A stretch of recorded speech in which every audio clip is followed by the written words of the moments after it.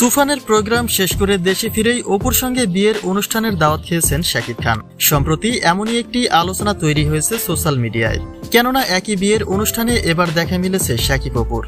যদিও অপুর পরিবর্তে একই ফ্রেমে মিমের সঙ্গে ক্যামেরাবন্দী হয়েছেন শাকিব খান, কিন্তু সেই অনুষ্ঠানে অপু বিশ্বাসকে পাত্তা না দেওয়ার একটা আলোচনা এসেছেন কিং খান।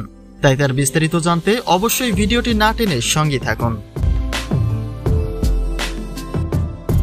ঢাকাই সিনেমার এই ব্যস্ত সুপারস্টারকে খুব একটা ফ্রি সময় কাটাতে দেখা যায় না কখনোই। তবে এবার তাকে দেখা গেছে কোনো ঘনিষ্ঠ বন্ধুর বিয়ের অনুষ্ঠানে।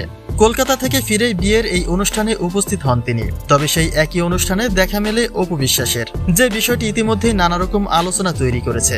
কেননা একই বিয়ের অনুষ্ঠানে তাদের একসঙ্গে দেখা গিয়েছিল আরও প্রায় এক যুগ আগে। আর সেই দীর্ঘ বছর পরে এসে আবারও একই বিয়ের অনুষ্ঠানে দাওয়াত খেলেন শাকিব অপু।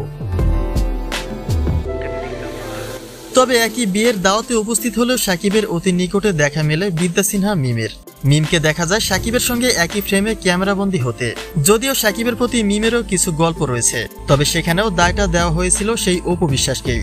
অর্থাৎ অপুর কারণে শাকিবের থেকে ছিটকে গিয়েছিলেন এই নায়িকা। কিন্তু অপুর সামনে শাকিবের সঙ্গে একই ফ্রেমে ক্যামেরাবন্দী হয়ে সেই রিভেঞ্জটাই নিয়েছে কিনা মিম, সেই প্রশ্নটাই উঠে এসেছে। শাকিবের সঙ্গে ব্যক্তিগত আলোচনায় থাকা মেয়েদের পেছনে লাগেন অপু বিশ্বাস, এমন কথা তো নতুন কিছু নয়।